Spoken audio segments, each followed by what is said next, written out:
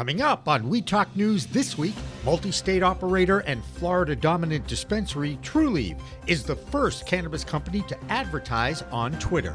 President Biden releases an executive order about the Fed's approach to reforming cannabis laws and the injustices they create. There's a legalization movement in Texas where advocates want municipalities to decide on adult use of cannabis and follow the state capital of Austin's lead from last year. New Hampshire moves another step forward towards adult use legalization as the House approves a bill that emerged from the Cannabis Committee's recommendation. Next up, the Ways and Means Committee. The latest from states, coast to coast, on We Talk News with Elena Pinto. Next. We are Pro Cannabis Media.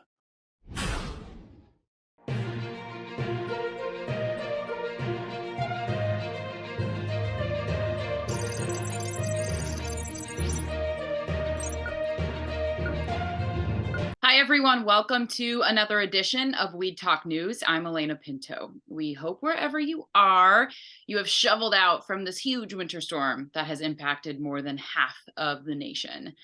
Well, now let's start in Washington, D.C. President Joe Biden released an executive order this week that was called, quote, further advancing racial equity and support for underserved communities. Once again, the president mentioned that federal reform is necessary and the administration has failed to make any changes at the federal level. He is asking that federal agencies to prepare an annual report on a public equity action plan in order to address the barriers that underserved communities may face. Biden supporters are hoping that this will appease cannabis advocates who feel like the president left out cannabis reform out of his State of the Union address. Now let's turn to our state-by-state reports. First up, the executive director of NORML in Michigan, Rick Thompson. Hello again, everyone. This is the Michigan Report with Rick Thompson on Weed Talk News. Let's begin. Well, there are some dirty people in the cannabis industry. This week, the Cannabis Regulatory Agency suspended the operating license of cannabis processing brand Fuego after an inspection found more than 20 violations of law. Fuego's license is held by TAS Holding of Lansing. That company also operates the Noble Road cannabis processing location in Lansing. Now, follow this closely because it's a weird little story. The CRA tested vape carts made by Fuego in September of last year and discovered a banned pesticide in them. They searched the video records from the facility to learn how this could have happened and discovered that the mix Fuego sent off for testing, it's not the mix they used when they made the vape carts. So where did this untested mix come from? A very good question. In trying to learn that, the investigators discovered the processor was using an unregistered warehouse next door to their licensed processing facility. They used it to store a bunch of illegal stuff like unregistered cannabis flower, distillate, vape carts, THCA in powder form. They were all discovered. And that isn't all. They had 3 barrels and 2 totes containing an unknown substance suspected of being distillate oil. The barrels were wrapped in plastic, which is an old trick we used to use when illegally transporting cannabis from state to state. Old school mason jars of distillate were also found, which were not registered in metric or tagged. 23 violations were issued, and the Fuego license was summarily suspended pending a hearing to revoke it completely. One cannabis consumer alert was posted, not for the pesticide-infested vape carts, but for Space Rocks, the Fuego signature product. Seems the Fuego boys were spiking the moon rocks with some unregistered and unregulated THCA in order to boost that THC percentage number. The affected packages were created in November of 2022, and there are far more details on the CRA's website regarding this recall. Now, loyal viewers of this program will remember there was another investigation and summary suspension of the license for a processor in Corunna, which comes on the heels of a suspension of a facility in Burton and yet another one in Detroit. Well, Michigan cannabis sales in the regulated market dropped in January by about 6.5% from December's sales totals, according to data made available this week from the Cannabis Regulatory Agency. January sales are typically lower than December, since the holiday season is a purchasing spike for cannabis customers. So this news isn't particularly disturbing. the steady growth of the industry in Michigan continues, as January 2023's sales figures were almost 36% higher than January 2022. New Cannabis Ventures points out this 36% growth rate far better than December's 32% growth, and is the largest year-over-year increase in the market since February 2022. Medical marijuana sales continue to fall faster than Rihanna descending from the Super Bowl ceiling, with a 15.9% decrease in sales versus December, down 60% in a single year. Medical marijuana sold just $11 million in January compared to $196 million in the recreational market. Pricing in the cannabis industry continues to decline, and the per pound price of $12.82 is the lowest on record ever, down 11% in a single month, making the per ounce price only $80.12. But be glad, me hearties, yo-ho, for we are in Michigan, and our industry is still growing. In 5 of the most mature markets in America, that isn't the case. Nevada, Oregon, Washington, Colorado, even California experiencing year-over-year sales declines, not increases. Yeah, even though cannabis pricing is rock bottom in states like Oregon, people are still leaving the regulated marketplace and returning to their unregulated sources for cannabis. Now, you can seduce cannabis consumers with a combination of great quality and good price, but low-priced and crappy cannabis isn't going to cut it in any mature market in America. Well, the situation with potential corruption and obvious influence peddling amongst past lawmakers in the cannabis industry continued to get worse. Former Speaker of the House Rick Johnson, former Speaker of the House Lee Chatfield, former Chairman of the House Judiciary Committee Clint Custo, they've all been singled out by major news outlets for taking questionable campaign contributions from cannabis industry megacorporations. Now you can add the name of former Speaker of the House Jason Wentworth to the list of names falling under the cloud of suspicion. The one thing these people seem to have in common is the Michigan Cannabis Manufacturers Association, which was a trade group who seemingly funneled money from the cannabis industry into these slush funds masquerading as social equity funds. The MCMA is now defunct, having declined their lobbying license for 2023 and shut down their website, and they disconnected that telephone line.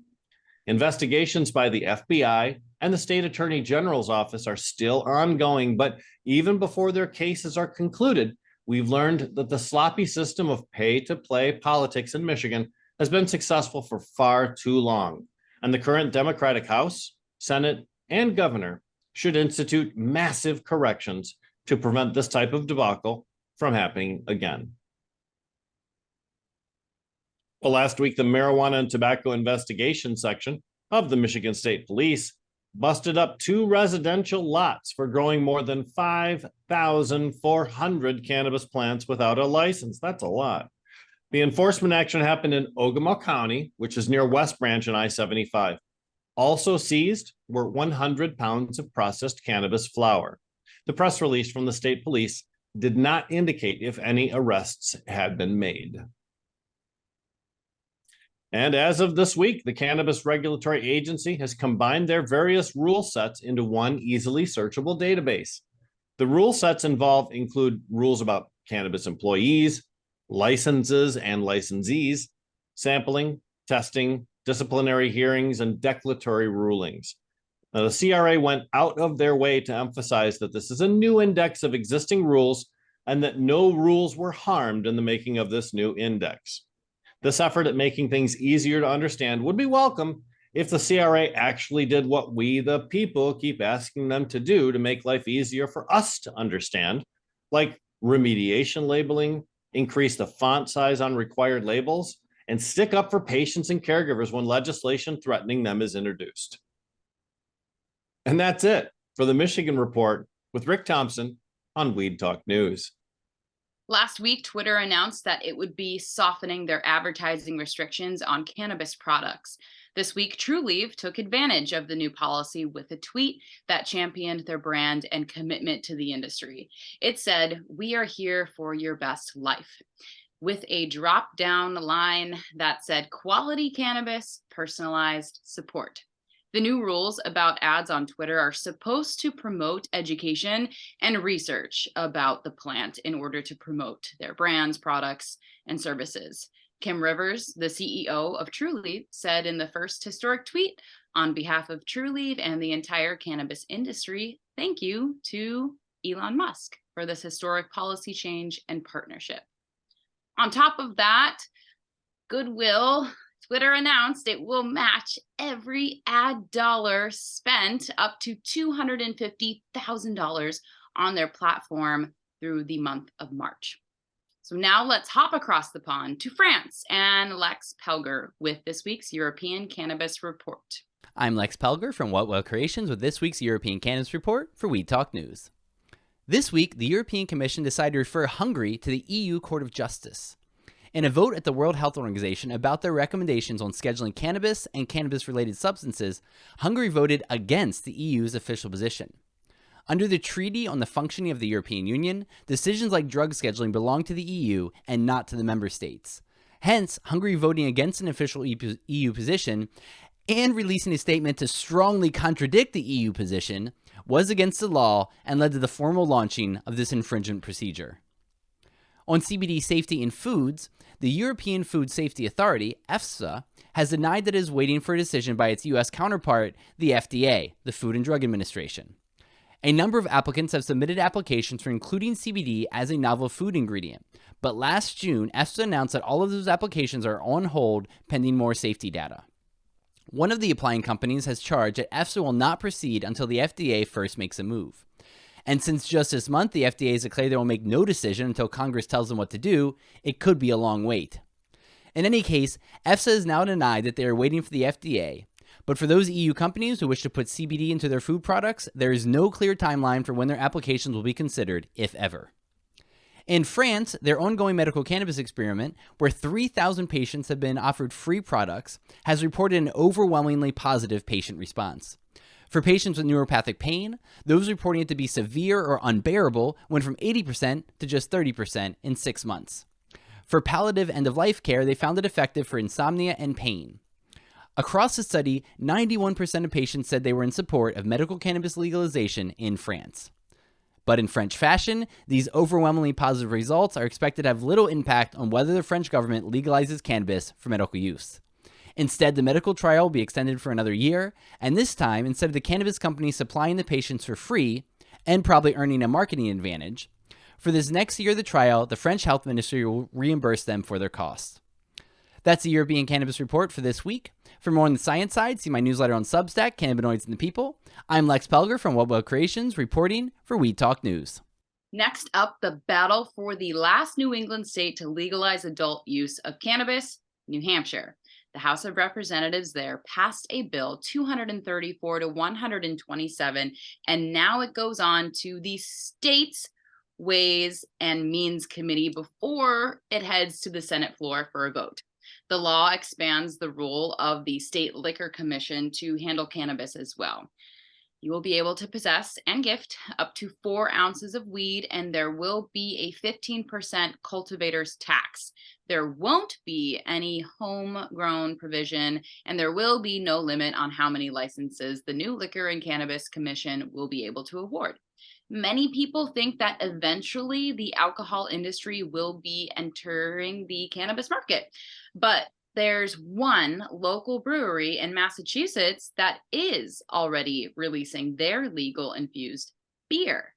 PCM founder Jimmy Young has this week's Bay State Cannabis Report, brought to you by Holyoke Cannabis. Hi, everyone. I'm Jimmy Young, the founder of Pro Cannabis Media, and this is the Bay State Cannabis Report, sponsored by Holyoke Cannabis. Infusion is the word that is starting to make its way into dining options for those daring enough to try it. Now, getting the cannabinoids to be water soluble was a huge breakthrough for the infused beverage community. Now that infusion has made it into a beer, and it's right here in Massachusetts. It's Harpoon Brewery.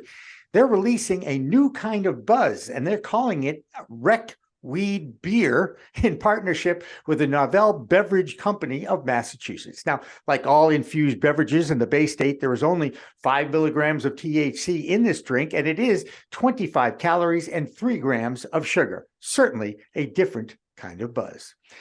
A different kind of growing is Korean natural organic farming, and Cannabis Farms' Wendy Kornberg and James Burer from Organic Cultivators made a 3,000-mile trip from the Emerald Triangle in California to the Bay State to produce the Organic Cultivators Conference.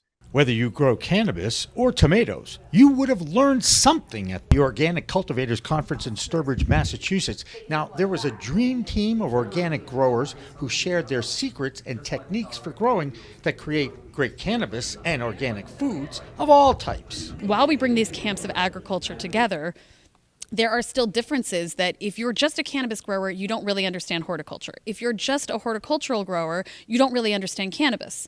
So for the people who do both, we see where there are things in common, and we see where there are things that are different. So outdoors, I can ignore the bugs because in general, if there's a plant that really succumbs to it, I don't grow that again. Wendy is a second-generation grower from Humboldt County in California, and she and James have survived a challenging year out there. Now, of course, if you're like me, growing anything is a challenge. That's this week's Bay State Cannabis Report, sponsored by Holyoke Cannabis. I'm Jimmy Young for Weed Talk News. Bay State Cannabis Report is supported by Holyoke Cannabis, Holyoke's finest cannabis recreational experience.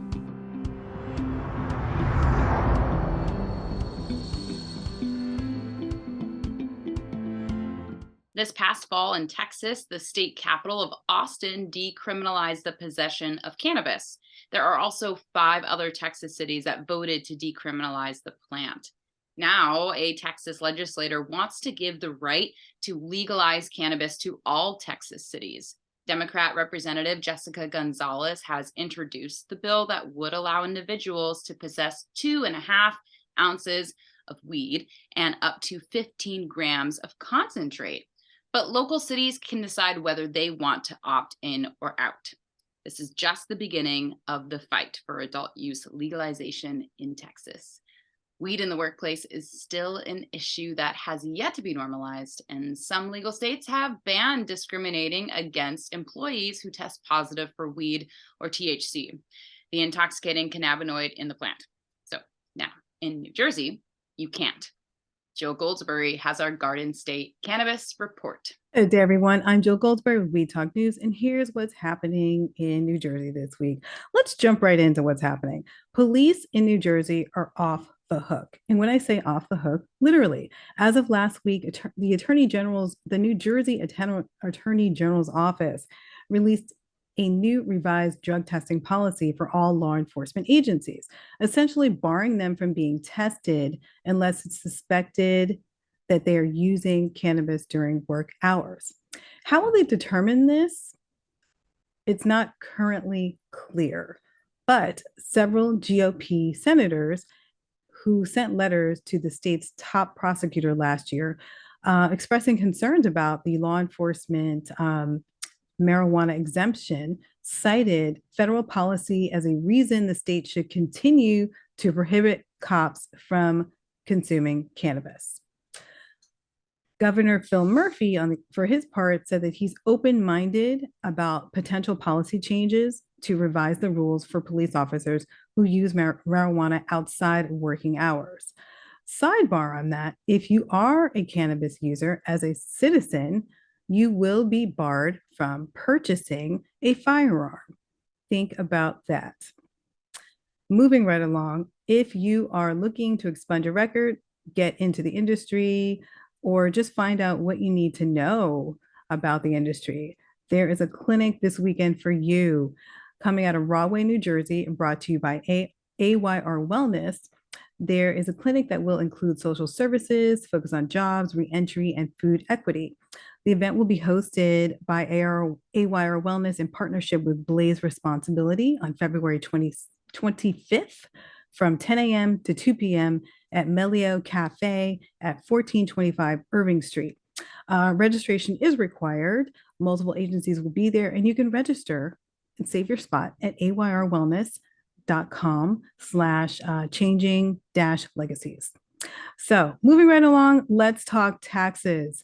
If you are a cannabis business owner, you will want to know this. Back About a month ago, the New Jersey a Senate committee approved a pair of bills that would allow for licensed marijuana businesses to deduct expenses, certain expenses, on their tax returns. It's a partial remedy as current business owners are barred from banking, from using banking industries and other, federal, things that they would need to use. So that is a little bit of a massage for you as a business owner. But while many state tax policies simply mirror the federal law, the legislation says that for purposes of the New Jersey's tax code, a licensed cannabis business gross income shall be determined without regard to Section 280E of the IRS federal code. With that being said, just call your accountant. Please call your accountant and find out what you need to know. I'm Jill Goldsberry for We Talk News New Jersey. Thanks for watching. Another state that is looking at the unjust practice of discriminating against cannabis users in the workplace is Washington State. Matthew Friedlander has the story on some expected changes to that controversial policy. Hello, everyone. This is Matthew Friedlander coming to you from the owner's office here at Skagit Organics with the Washington State Cannabis Report for Weed Talk News. So this week, we saw a lot of positive action at the Capitol in regards to cannabis legislation, which is great because we are coming up on a February 24th deadline for much of this legislation. A bill establishing a cannabis commission is still alive after passing out of committee with a substitute. The substitute will put the commission to a referendum vote of a simple majority of 30% of the active producer processor licenses. So let the farmers decide. The bill providing an excise tax exemption for medical cannabis patients looks likely to pass out of the House after being recommended as a due pass by the Finance Committee. The big news is that a bill making it illegal for employers to discriminate against employees for off-the-job cannabis use passed the Senate and will now go to the House. This bill is moving through the process quite quickly, so that's great news. If you want a more detailed look at cannabis legislation in Washington, please visit thecannabisalliance.us/news. On a lighter note, Northwest Leaf magazines hosted their first annual Leaf Bowl Awards last weekend, highlighting the best products in Washington State. It was a great night to celebrate the plant, and if you want to find out more, please visit leafmagazines.com. That's it. My name is Matthew with the Washington State Cannabis Report for Weed Talk News. Please like, share, and subscribe. Out west in Oregon, that state's cannabis industry was shaken up by the murder of two prominent men from the industry who were in Texas. Marianne Kursagi has our Oregon Cannabis Report. I'm Marianne from Alibi with this week's Oregon Cannabis Report for Weed Talk News. Today, the Portland metro area is crippled under record-setting snowfall.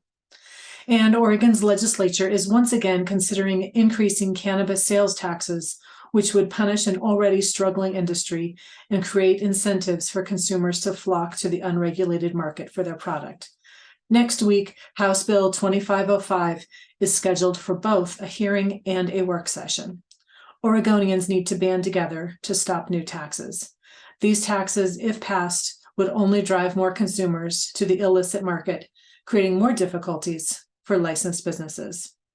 And finally, a co-founder of Letterman, Dana Risdale, was murdered in Texas. Jimmy Martin, co-founder of Rogue Valley Cannabis in Oregon, was also found murdered in the same area. The investigation is ongoing.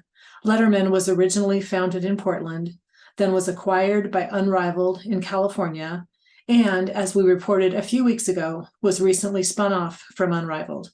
It's unknown if the murders are connected to the cannabis industry or not. That'll do it for the Oregon Report this week.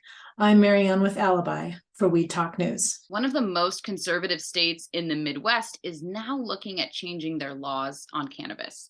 A Democrat from Iowa has introduced a bill that would set up a regulated adult use market. You might remember that Vermont was the first state to legalize the adult use market through its legislator. We know Jessie Lynn Dolan knew that because she's been right in the middle of it, and here's her Vermont Cannabis Report for this week, sponsored by Canatrol. I'm Jessie Lynn Dolan from Vermont Cannabis Nurses, and this is the Weed Talk News Vermont Report. The fallout from Curaleaf's involvement with the Russian oligarch Roman Abramovich has now reached Vermont. The Vermont Cannabis Control Board is investigating Curaleaf's financial investment with medical dispensaries in the state. Curaleaf CEO Boris Jordan has been linked with Abramovich on some past deals. Now, PhytoCare in Bennington and Vermont Patients Alliance in Montpelier are two of the dispensaries who are in the control board's targets. Since U.S. relations with Russia continue to deteriorate, Abramovich's financial affairs are getting looked at very closely. There have been some complaints in the town of Hyde Park, focused on the cannabis company Green River Cannabis. The Cannabis Control Board has cited them with record-keeping, packaging, and fungicide violations and $2,500 in fines. The Cannabis Control Board will convene at 1 p.m. on Monday, February 27 for their public virtual monthly meeting. In this meeting, they will vote to close the application window for outdoor and mixed-use cultivator licenses or not. On February 28th, the Cannabis Control Board staff will hold an after-hours question and answer session at 6 p.m. to field questions from the public on the license renewal process. During the first month of 2023, cannabis retailers in Vermont sold over $5.7 million worth of products, according to the State Agency of Administration, with figures from the Vermont Department of Taxes. This week, Senate Judiciary Committee began a walkthrough of Bill S-72, which includes removing the THC caps and increasing allowable milligrams per packages of edibles. As several cannabis bills materialize in the state, stay tuned to vermontgrowers.org for updates. Entry registrations are now open for the 4th annual Hetty Vermont's Growers Signature Cup, the Hetty's Cup. For more information, go to hettyvermont.com. That's the Vermont Report for Weed Talk News. I'm Vermont's cannabis nurse, Jessie Lynn Dolan. The Vermont Cannabis Report is supported by another Green Mountain business, Cannatrol, winner of High Times Best Dry Cure System. Check them out at cannatrolls.com. Even though there's doom and gloom in many cannabis markets around the country, publicly traded cannabis stocks continue to be a volatile choice for investors. Obviously, they need to listen to High on Wall Street with day trader Doug Miller in New Jersey. Hello, everyone. I'm Doug Miller from High on Wall Street with this week's cannabis stock report for Weed Talk News. TPCO Holdings, stock ticker GRAMF. They operate as two companies, the parent company and Gold Flora. Well, they're merging into one company now in an all-stock deal. The combined company is going to be called New Parent. They're going to operate as Gold Flora Corp. Well, let's talk about the stock chart because that's what I'm interested in. It's been trading around 29 cents and it just started to curl up. So it looks like this merger is a good thing for the time being. So keep your eye on it.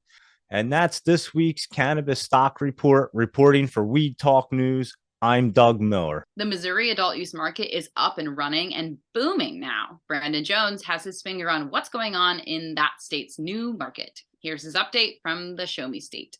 Hey everybody, it's Brandon Jones for Big Rig Distribution with Missouri Cannabis Report for Weed Talk News.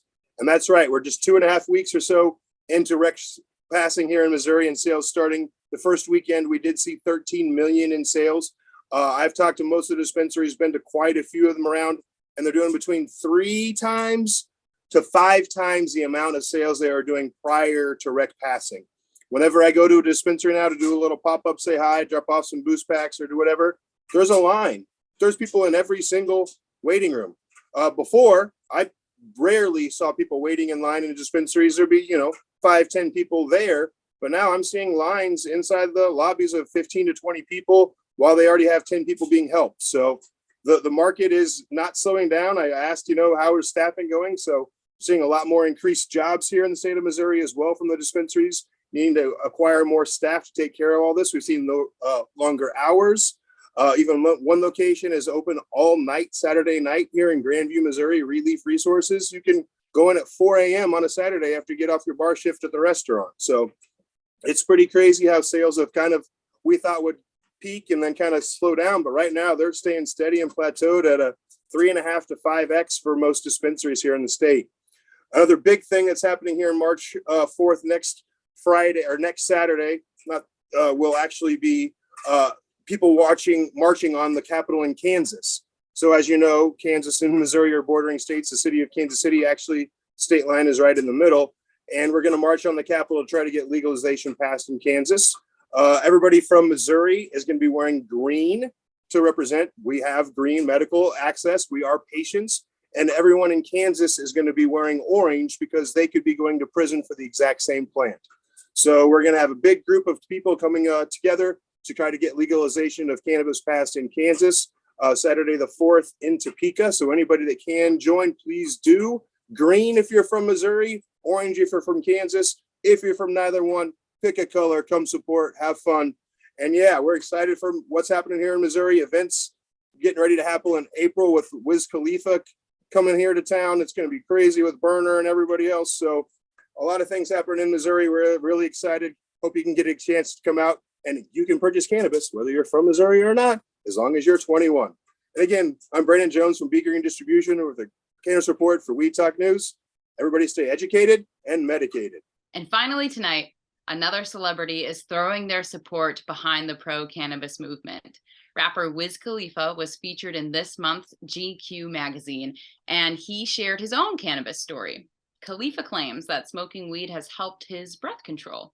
Last year, there was a study out of New Zealand that compared the impact on lungs from cigarette smoke versus cannabis smoke. The findings of that study showed that smoke in any form entering your lungs is not good for you. There were opposite effects. Cigarette smoking sees air in the lungs decline, while cannabis smoking actually has the opposite effect. It increases the air in your lungs. And as for Wiz Khalifa, he says, everyone loves it and I'm with it. His brand is sold in 7 states now. One more note before we leave. We want to wish basketball star Brittany Griner good luck as she returns to the American basketball court with the WNBA's Phoenix Mercury. But that will do it for Weed Talk News this week. I'm Elena Pinto, and remember, it's a whole new world of weed out there. Use it responsibly.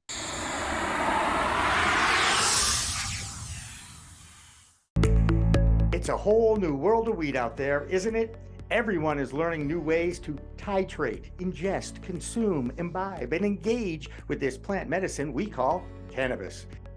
Hi, I'm Jimmy Young, the founder of Pro Cannabis Media and the host of In the Weeds, and once in a while, the really live business cannabis talk show we call Green Rush on Friday afternoons from 4 p.m. to 6 p.m. Eastern. Now let me tell you my cannabis story. You know, I've had 4 major surgeries in the past 23 years and suffer from osteoarthritis with a variety of metal parts in my body and one on deck. Now, thanks to those chronic pain issues, I've been a medical patient in Massachusetts for almost 10 years now. I remember my first trip to a dispensary just outside of Boston, and I told the bud tender I didn't want to smoke it anymore, so I tried edibles, then tinctures, then vaping, and now, if I'm going to smoke, I only use the Weedgets filtration system. What? The Weedgets.com, Weedgets, that's weed, W-E-E-D, G-E-T-S.com, is where you'll find the planet's coolest product that cools the smoke from everyone's favorite flower. Now, the guy that started this was a pretty good medical device manufacturer, and he created this maze pipe that cools the smoking process from 1300 degrees Fahrenheit upon inflammation down to just 90 degrees when it reaches your mouth. That's right, 1300 down to 90. That's why this maze pipe is amazing. So here's how it works. You start with that glass bowl, you flame on, and then you inhale nice and smooth so the smoke goes through 3 different filtration and cooling systems. Now, if pre-rolls is your thing, you can use the Weedgets filter that a pre-roll fits into perfectly. That's right, or even a chillum. The more filters, the smoother the draw. Best of all is the price. You can get all this, or one or the other, for just a few bucks. It'll cool your smoke and you'll give your lungs a break. Now, add in the code of PCMTV and you get 15% off. So just go to Weedgets.com and check out the best way to enjoy a cooler smoke with less coughing and hacking and more peace of mind.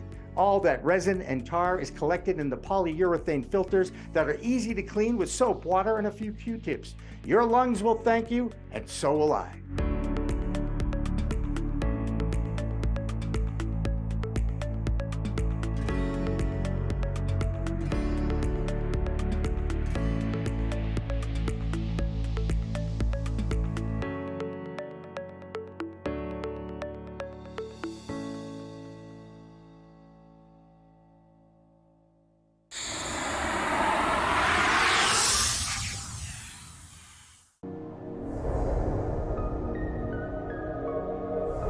Which at first I thought, oh, I don't know if I'm an activist, but I have, held a bullhorn on the State House steps. I have frequently testified before the Cannabis Control Commission in the state legislature, and I'm not, shy about criticizing where I see, mistakes being made. So yeah, I think that's what differentiates me, just an appreciation for the plant. And then also I'm a cannabis entrepreneur myself. I've started businesses, so I've lived that entrepreneurial journey. I know how hard it is. It is absolutely a marathon, not a sprint. So I think that, I'm in the game, not just on the sidelines.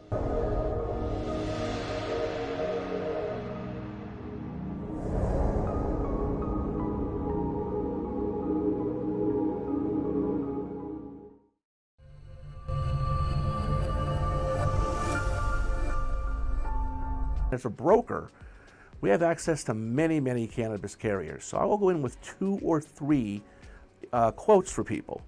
The quotes might be $20,000 for one, $22,000 for another, $17,500 for another. Pretty close among the 3. What I tell people is it's not the pricing, it's what's included and not included, meaning exclusions. An exclusion in layman's terms is just something that's not included. It's not on the menu, so it's just not included. But if you don't know that, if no one shows you that on page 71 of a 150-page policy, you're not going to know. No one knows. I never met one person that says they read an insurance policy. If you do, I got some property in Florida for you.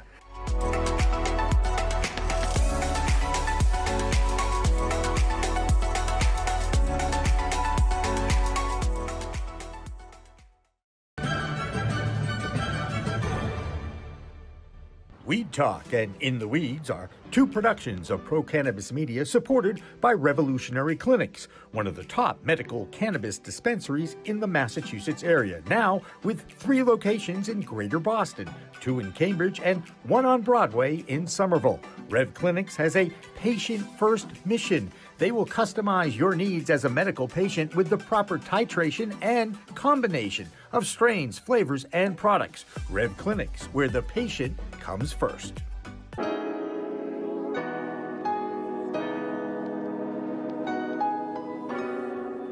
So the reality of the matter is, big banks and small banks are going to be different in a lot of ways. And they're both going to have their advantages and disadvantages. For a business like cannabis, you really have to have an integral knowledge of that business and a real granular knowledge of that business and the players involved in it. And that's why if you look at the banks that are successful to play in this space in Massachusetts, they are smaller banks that are very heavy, intensified personal touch, human communication, where you don't get a lot of that with the bigger banks.